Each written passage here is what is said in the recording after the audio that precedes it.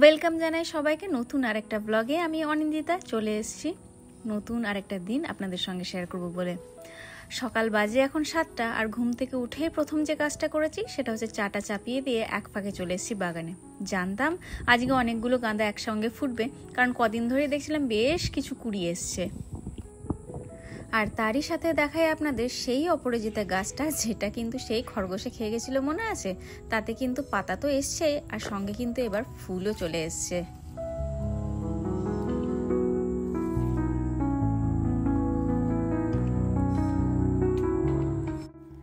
ইতিমধ্যে রণবাবু রেডি হয়ে গেছেন। আজকাল কিন্তু নিজেই নিজের জামা কাপড় পরতে শিখে গেছে। কিছুদিন আগেও কিন্তু মোজাটা একটু পরাতে সাহায্য করতে হতো, কিন্তু এখন দেখছি সেটা নিজে নিজেই করছে।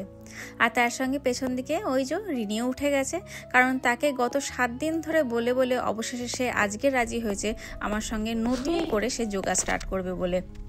স্টার্ট হয়ে গেছে। Elbows pushed back while walking. 8, easy না? 9, 10, 10, 10, 9, দেখো জানো তো লাগছে। 7, 6, 5.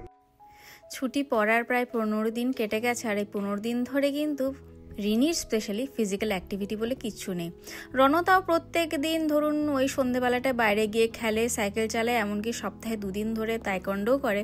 কিন্তু রিনির হচ্ছে এই মুশকিল, এই জবের থেকে স্কুল বন্ধ হয়েছে তবের থেকে কিন্তু ওর কোনো রকম শরীর চর্চা বলতে কিচ্ছু হচ্ছে না। স্কুলে গেলে তো প্রত্যেক দিন সেখানে বাধ্যতামূলকভাবে প্রত্যেক স্টুডেন্টকে কিন্তু ওয়ার্ম আপ করতেই হয়। মানে প্রথম আধ ঘন্টা ওদের স্কুলে গিয়ে কিন্তু নানান রকম এই এক্সারসাইজ বলুন বা যে কোনো দৌড় বলুন এগুলো করতে হয়। কিন্তু এই জবের থেকে স্কুল ছুটি হয়েছে, ওর কিন্তু আর কোনো রকম কোনো ফিজিক্যাল অ্যাক্টিভিটি নেই। তাই শেষ 7 দিন ধরে ওকে কনভিন্স করে করে অবশেষে সে রাজি হয়েছে আজ থেকে শুরু করার যোগা। দেখা যাক। তবে ওর আরও বেশি এক্সাইটমেন্ট কিসের বলুন তো, কারণ এই যে আমি যোগাটা করছি সেটা কিন্তু ওয়ার্ল্ড যোগা ডেতে গিয়ে একটা ওয়ার্ল্ড রেকর্ড ওরা করবে, আর তার সঙ্গে যদি আমরাও পার্টিসিপেট করি আমরাও কিন্তু সেই ওয়ার্ল্ড রেকর্ডের একটা পার্টিসিপেন্ট হব। তো সেটা বলেই ওকে আরও স্পেশালি এই যোগাতে ঢোকানো। আপনাদের মধ্যে হয়তো অনেকে চেনেন, আবার অনেকে চেনেন না। যারা জানেন না তাদের জন্য বলে দিই, সৌরভ বত্রা তিনি কিন্তু হ্যাবিল্ট এই গ্রুপটা বা এই চ্যানেলটা ইউটিউবে খুলেছেন। সেখানে তিনি ফ্রিতে যোগা আর তার সঙ্গে শরীর সংক্রান্ত, স্বাস্থ্য সংক্রান্ত যে কোনো ভিডিও আপলোড করে থাকেন। তবে আমি লাস্ট 6 মাস ধরে ওনার সাথে অনলাইনে এই যোগা ক্লাসটা করছি। আর যোগা যে কতটা দরকার আমাদের সবার শরীরের জন্য সেটা তো আর বলার অপেক্ষায় রাখে না। উনি লাস্ট 14 দিন ধরে একটা ফ্রিতেই অনলাইন কিছু সেশন করাচ্ছেন, যেটা কিন্তু এই 21 জুনে গিয়ে অর্থাৎ ইন্টারন্যাশনাল যোগা ডেতেই কিন্তু উনি একসঙ্গে আমাদের সবার সঙ্গে মিলে কিন্তু এই আবার গিনিস ওয়ার্ল্ড রেকর্ড করতে চলেছেন।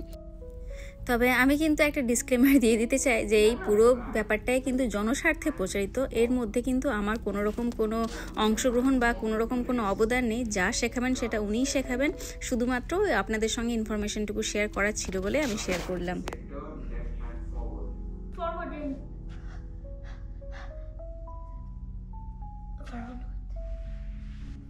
যাই হোক, সকাল সকাল বেশ বড় আর ভালো একটা কাজ হয়ে গেল। এবারে কিন্তু আস্তে আস্তে রান্না বান্নার পালা। আজকে যখন সকালবেলায় বাগানে গেছিলাম সেখান থেকে 3খানা ওকরা 4খানা টমেটো পেয়েছিলাম, তো সেগুলোকে তুলে এনেছিলাম। আসলে টমেটোগুলো যত লাল হচ্ছে দেখছি পাখিগুলো কিন্তু ঠিক ঠুকরে ঠুকরে সেগুলোকে খেয়ে যাচ্ছে, তাই এই ছোট অবস্থাতেই তুলে নিতে হচ্ছে। আর তার সঙ্গে আগের দিনও বেশ খানিকটা ওকরা তোলাই ছিল, তাই ভাবলাম যে সবগুলোকে একসঙ্গে জমা করে আজকে এগুলোকেই রান্না করে ফেলি। প্রত্যেক দিনের একটা সব থেকে বড় আর মুশকিল কাজ যদি বলেন আমাকে, যেটা প্রত্যেক দিনই করতে হয় সেটা হচ্ছে যে রান্নার মেনু ডিসাইড করা। তো আজকে সকাল সকাল যেহেতু ওকরাগুলোকে দেখলাম তাই ভাবলাম যে ওগুলোকে তো ভাজা ছাড়া অন্য কিছু মনে হচ্ছে না আজকে করব। আর তার সঙ্গে একটু ভাবছি যে আজকে পোস্ত বানাবো। এবার পোস্ত সাধারণত আমাদের বৃহস্পতিবার দিনই হয়, যেহেতু সেটা নিরামিষের দিন, কিন্তু অনেক দিন ধরে একটু ইচ্ছা করছিল পেঁয়াজ পোস্তও খাবার। তো সেই কারণে ভাবলাম যে ওই পেঁয়াজ পোস্ত আর তার সঙ্গে একটু ডিম মিক্স করে একটু ডিম পোস্তই করে দিই। এই জাতীয় খাবারগুলো সাধারণত আমার আর তুহিনের ভীষণ পছন্দ হলেও বাচ্চা দুটো জানেন তো একদমই পোস্ত খেতে চায় না। মানে আমার মাঝে মধ্যে জানেন তো এতটাই সন্দেহ হয় যে ওরা কী করে যে বাঙালি হলো কে জানে। রিনিকে তো পোস্ত দিলে খেতেও চায় না, রণকে তাও একটু ভুলিয়ে ভালিয়ে খাওয়ালে খেয়ে নেয়। আর তার সঙ্গে আমরা যখন ছোটোবেলায় ছিলাম আমরা এই আলু ভাজা, তার সঙ্গে ধরুন ডিম সেদ্ধ, স্পেশালি আবার ডিমের কুসুমটা খেতে কি পছন্দ করতাম তাই না। কিন্তু আমার এই দুই ছেলে মেয়ে জানেন না আলু খেতে পছন্দ করে না ডিমের কুসুম খেতে ভালোবাসে। মাঝে মধ্যে তো আমি ভাবি যে ওদের ছোটবেলাটাই হচ্ছে বৃথা। তবে তরকারির আলু খেতে পছন্দ না করলেও এই ম্যাকডোনাল্ডসের যে ফ্রেঞ্চ ফ্রাইগুলো পাওয়া যায় সেগুলো যদি একবার ধরে দেন বস্তা ভর্তিও কিন্তু সেগুলো খেয়ে নিতে পারে। সেগুলো খেলে কিন্তু মনে হয় না যে ওরা আলু খাচ্ছে। এখন আমাদের যত বয়স হচ্ছে এক এক করে যে কোনো জিনিসের খাওয়ার দাওয়ার এত বাধানিষেধ চলে আসছে, আমি তো ওদেরকে প্রায়শই মনে করাতে থাকি যে বাবু এখন অন্তত খেতে থাক, কারণ এরপরে তুই চাইলেও সেগুলো খেতে পারবি না। ওই একবার বাড়িতে এক বন্ধু এসেছিলো আমাদের, সে এসে এবার রিনিকে কোনোরকমভাবে বলেছে এই ডিমের কুসুম খাস না, তোর কোলেস্টেরল হয়ে যাবে। ওইটা কানে শোনার পর থেকে সে আর কিছুতেই ডিমের কুসুম খাবে না। এবার এই বয়সে এসে ডিমের কুসুম যে ছাড়াটা কতটা কষ্টকর সেটা তো আমরা বুঝি, ও কি আর বুঝবে বলুন। তাই ওকে বলি যে এখন যখন তোর কোনো কিছুই নেই, কোলেস্টেরল নেই, কোনো কিছুই নেই, খেতে থাক। পরবর্তীকালে যখন দেখবি বয়স হবে নিজে নিজেই কোলেস্টেরল আসবে, আর তার সঙ্গে তখন কিন্তু তুই চাইলেও খেতে পারবি না। তো যাই হোক, মা বাবা হিসেবে যেটা আমাদের কর্তব্য, প্রত্যেকটা জিনিস যেগুলো আমরা নিজেরা ভুল করেছি, নিজেরা ভুগেছি, সেগুলো যাতে ওদেরকে না ভুগতে হয় সেটাই বারবার চেষ্টা করি, ওদেরকে বলে নানা রকমভাবে কনভিন্স করে সেই জিনিসটাকে করানো।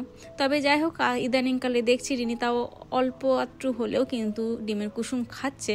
অন্তত যখন ডিমের পোচের সঙ্গে ধরুন ডিমের কুসুমটা মিক্স করে দিই সেটা তো যায় ধরুন পেটে, কিন্তু ওই সমস্যা হচ্ছে সেদ্ধ ডিমের কুসুম সে খেতে চায় না।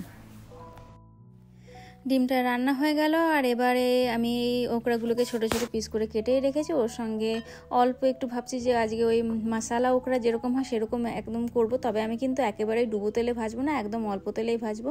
ওই আমি ছোট পিস করে কেটে নিয়ে ওতে শুধুমাত্র নুন, হলুদ, তার সঙ্গে অল্প একটু লঙ্কা গুঁড়ো, জিরে গুঁড়ো, চাট মশলা আর অল্প একটু আমি বেসনও ছড়িয়ে নিয়েছিলাম ওই একটু কুরকুরে ভাব আনার জন্য। পুরোটাই যেহেতু ওই বললাম আগে যে আমি একদম ওই শ্যালো ফ্রাই করব একদম অল্প তেলে, সেই কারণে কিন্তু একটু বেসন দিলে ওই মুচমুচে হবে বলে এটা দেওয়া।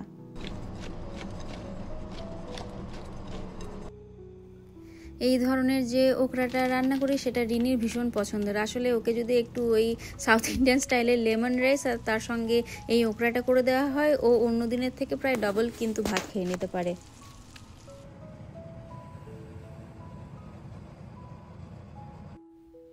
খাওয়া দাওয়া শেষে এখন সবাই মিলে বসে আছি একটু তুহিনের রুমে, মানে ওর কাজের রুমে চলছে কাজ, তার সঙ্গে আমাদের গল্প গুজবো।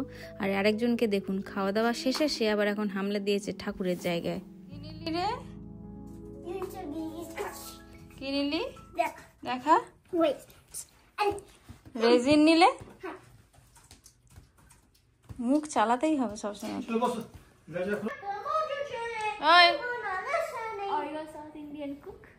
হ্যাঁ, এই বইটা খুব ভালো। কি বই এটা?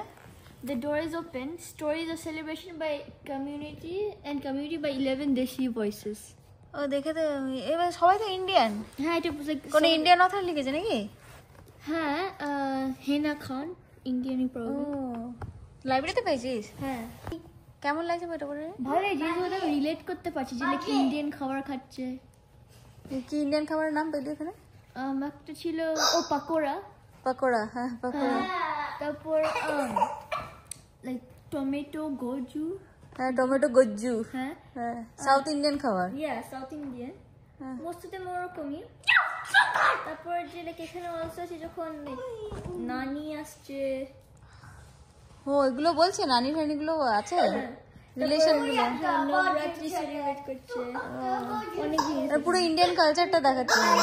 সব স্টোরি গুলো সবগুলো একটা বাচ্চা আছে, আর সবগুলো ইন দ্য এন্ডে টুগেদার লাইক মিট করবে, লাইক ও অনেক ওঠো ওঠো, যাও যাও, বাবা রেডি হয়ে গেছে, যাও যাও যাও, রিয়ান যাও। স্ন্যাক একটা অলরেডি খেয়েছো তুমি, আর না রনু। ঠিক আছে, আমি অ্যাপেল কেটে দিচ্ছি একটা, চল।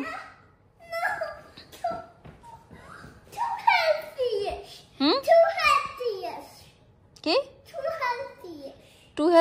টু হেলদিশ মারবো? টু হেলদিশ করলে তাইকন্ডো করতে গেলে স্ট্রেংথ লাগবে।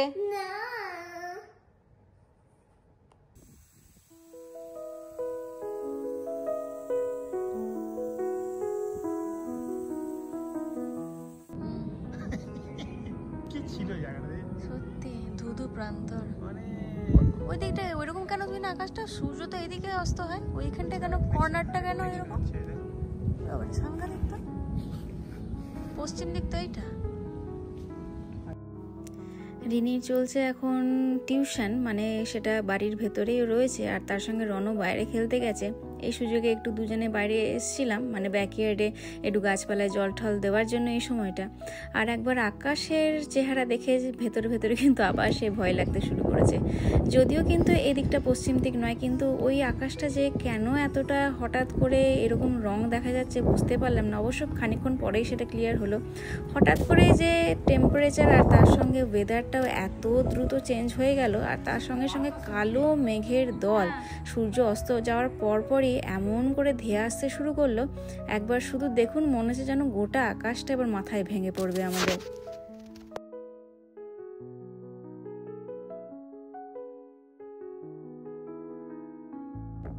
আসলে এই সিজনে অনেকবারই কিন্তু এরকম আকাশ দেখলাম, আর প্রত্যেকবার দেখেই জানেন তো ভীষণ ভয় লাগছে গাছপালাগুলোর জন্য। কিন্তু মনে হচ্ছে যা জোর হাওয়াটা দিচ্ছে এখন, এই মেঘগুলো কিন্তু উড়ে চলে যাবে। না, আর তুহিনকে বেশিক্ষণ এখানে দাঁড়িয়ে থাকতে দেওয়া চলবে না, ও তো সে একদম বিভোর হয়ে এখন এইসব দেখছে। ভেতরে যেতে বলি, কারণ যা হাওয়া, পাখিগুলোও মনে হচ্ছে যেন উড়তে উড়তে এদিক ওদিক ধাক্কা খাচ্ছে। ভেতরে চলুন, যাওয়া যাক। রাত্রে খাওয়া দাওয়া হয়ে গেছে বাচ্চাদেরও, আর তার সঙ্গে আমারও। তবে তুহিন এখন নিজে ডিনার বানাচ্ছে। ডিনারটা দেখে বুঝতেই পারছেন, তরমুজের জুস খেয়ে নাকি আজকেও শোবে। আর যেহেতু এই সপ্তাহে এখন 4টে দিন পর পর রনর ছুটি, কারণ কালকে হচ্ছে ইউএসএতে জুন 10, মানে এন্ড অফ স্লেভারি, তো সেই কারণে ওটা একটা ফেডারেল হলিডে। তুহিনেরও অফিসে ছুটি রয়েছে, তাই আজকের রাতটা, মানে বুধবার রাতটা সবাই মিলে আরেকটু সিনেমা টিনেমা দেখেই এখন কাটবে। তাই যাই হোক, আজকের মতন ব্লগটাকে তাহলে এখানেই শেষ করলাম। ভালো লাগলে অবশ্যই কমেন্ট করে জানাবেন, আর অন্যদের সঙ্গে শেয়ার করে আমাদের চ্যানেলটাকেও সাবস্ক্রাইব করে নেবেন। দেখা হচ্ছে আপনাদের সকলের সঙ্গে, ততক্ষণের জন্য সবাই ভালো থাকবেন, সুস্থ থাকবেন। এটা কি ধরনের প্রসেস তরমুজ কাটা? এটা হচ্ছে বেটার প্রসেস, জিনিসটা ভিতরে পড়বে, বাইরে পড়বে না, এই পড়বে। বাবা রে, তোর তো সেফ হওয়া উচিত ছিল।